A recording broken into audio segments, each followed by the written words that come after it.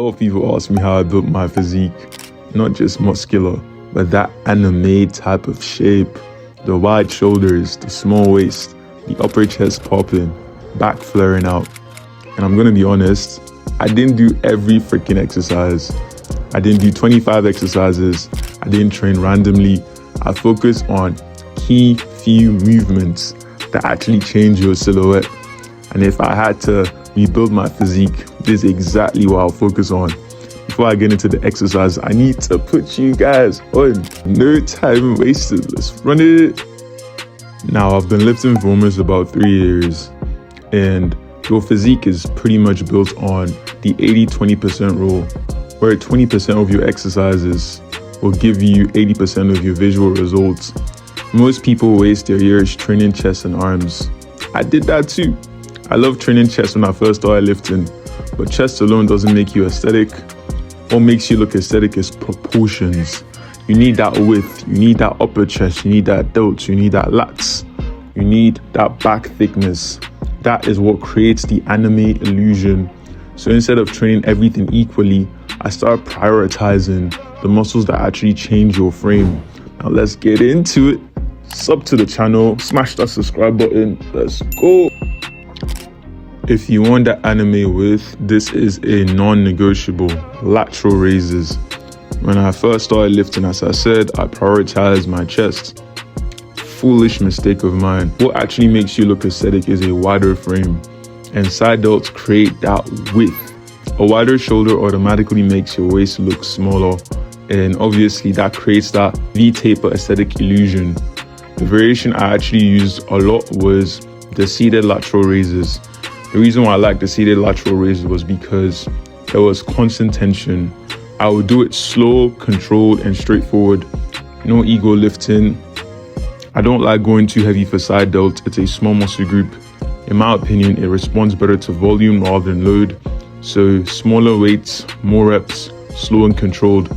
The rep range for me was typically around 10 to 12, sometimes higher, and I trained them frequently. So low-key spam them lateral raises, and once your side delt starts growing, the frame starts changing, and this is a #1 priority. And if you notice, we haven't even spoken about bench press yet, and that's freaking intentional. All right, next up is incline dumbbell press. At one point, I was spamming my inclines, and I can't lie, my upper chest actually became huge. But at that time, I wasn't prioritizing side delts, so I genuinely looked boxy. So I had a big chest and not enough width. What the incline dumbbell press I actually like about it is it pretty much gives you that shelf look. It builds that shelf chest. So you're gonna be building pillows. It also gives your chest that fuller look. If you really look at them fitness influencers, one thing you realize is how your chest look full as heck. If you're on this channel, you already know I'm a pull-up lover, and I'm gonna say something controversial.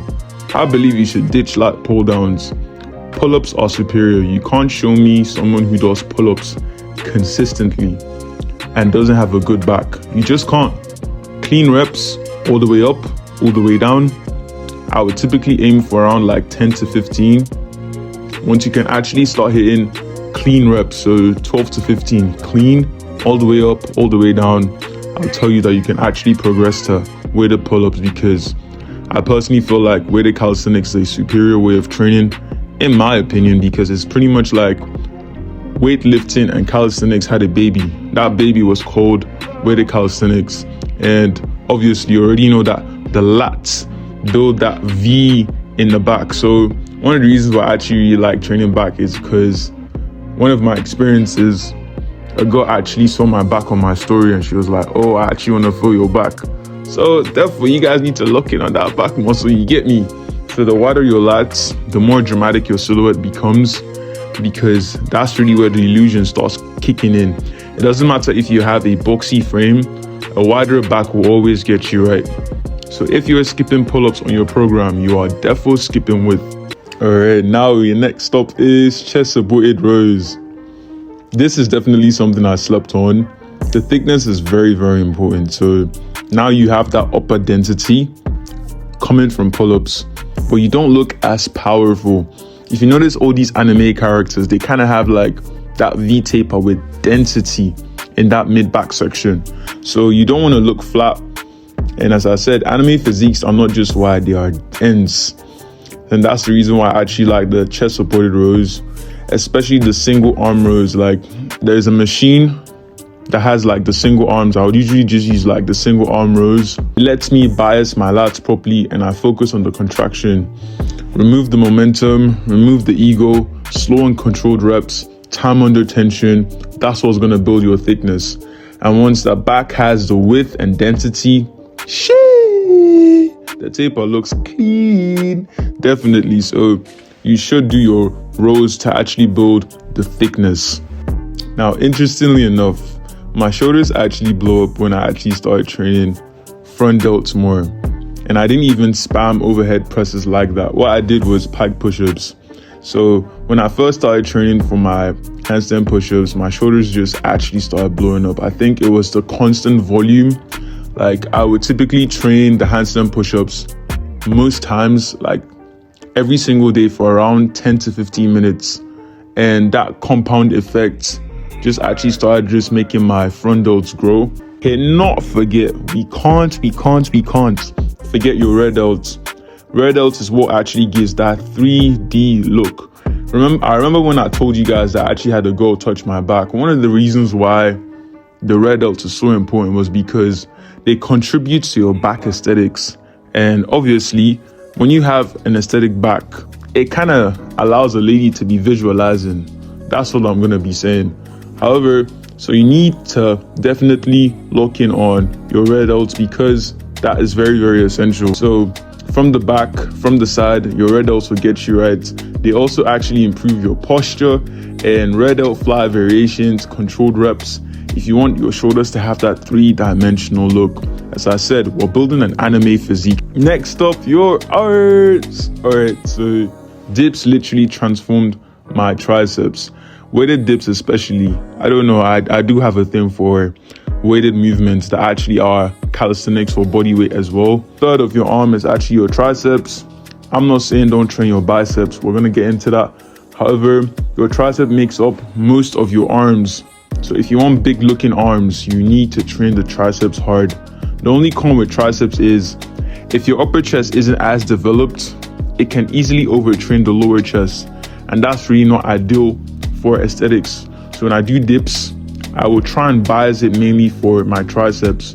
So more upright is also going to be a controlled descent, and there would be like an elbow focus of 90 degrees. Typically do is I would kind of like superset my triceps and my biceps. So it could be any curl, or if you can find like a bicep curl machine that can allow you maintain tension at the top of the movement and the lower part of the movement as well, you'd be amazing. But I would pretty much just do curls and that would get you okay. The pump from the arms, combining the triceps and the biceps, it is elite. It's definitely something you should. I never understood why gym bros actually would train arms on a specific day up until I actually started doing that combo. And I gotta lie, it's mad still. All right, I know you guys actually thought I would forget this, but you need to train your legs. Please train your legs. A balanced physique will also come from your legs as well. When you train your legs, you become more proportional. When you're more proportional, it creates the illusion. And also when you train your legs, you freaking make testosterone. Testosterone then feeds off every other single muscle group and actually makes it look bigger. I know. Training legs is a pain in your bum. Sure, you stretch at the end. If you always feel useless after you train your legs, all you need to do is just stretch at the end. I'll probably if you need me to cover a video on that, the stretches I do, but I can't relate to 90% of guys who actually complain that, oh, when I train legs, I can't climb up the stairs, stuff like that. Maybe immediately after training, I can relate to that, but the next day, I don't have any problem for the next couple of days. And that's simply because I dialed in on my recovery. So that's definitely something, but I'm gonna literally give you the source right now. Just stretch immediately after you're done training your legs. You will thank me and you will thank yourself the next couple of days, and you will actually not have legs as a pain in your ass. Now here's the thing, exercise does matter, but the structure matters as well. Now the split I run, because I needed to put you guys on fully. I'm not gatekeeping over here. We don't do that. Now the split I run is quite slightly different, and I personally believe that you should create a split that really fits you. It is a push focus upper body day. So I run a upper body, lower body, upper body, lower body when I'm in the gym typically. So my first upper body day is more push focus. So upper body day with a little bit of back, because obviously we're training for aesthetic. I also have realized that I wanted to get my pull-ups up a little bit more. Actually, we then have our legs. Now the legs, obviously, as I said, please train your legs. Train your legs. I can't emphasize this enough. Please train your legs. I personally feel like if you're jacked in your upper body, it simply means you're putting in the work. Why don't you just give your legs that training as well? Now the next thing would then be a pull focus upper body. Now when I do I would also incorporate a little bit of upper chest and some shoulders as well, because I know that my side delts aren't really targeted much in my calisthenics movements. Then obviously I would repeat my leg one more time. Now, if I'm not in the gym, which recently I've realized that I don't actually like leaving my house for some weird reason, but when I'm not in the gym, what I would do is I'll train the full body. With the full body routine, I low-key am actually starting to like that a little bit more, because maybe it's because of the variety in every single thing, and I could also cook while I'm actually training, especially when I'm home. I could also do a little bit of editing. So for me, training home has actually started becoming low-key a banger, and because I understand training in the gym, I apply the same consistency and intensity when I'm also training home. If you need me to drop a video on that, down in the comments. You would never regret training with the 80-20% rule, understanding that you don't need to always be doing every single accessory movement. You need to focus on the compound movements. You realize that I'm trying to give you guys the results as fast as possible with as little effort as possible. And if I really understood this over the last few years, I would say I would have gotten my physique way quicker. If you build your training around these movements consistently, your physique will change. Not because they're magic, but because they prioritize shape. One thing I know is that a lot of you guys want that speed. I think that's something that I wish I also had. And if I genuinely wanted to move stupidly fast, what I would have done while I first started lifting was I would have found someone who actually had the results I wanted, and I would have pretty much showed me every single thing, because the amount of time I would have cut myself.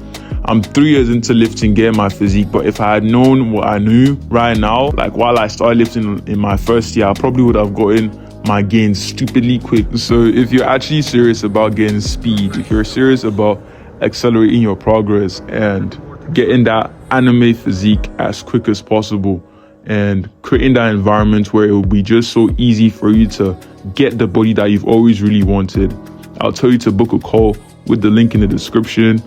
Your boy would actually really love to hear from you. I would love to actually help you as well. And ladies and gentlemen, that's how you build an anime physique. Stay blessed, stay locked in, and go be great, ladies and gentlemen. Go be great, my guys.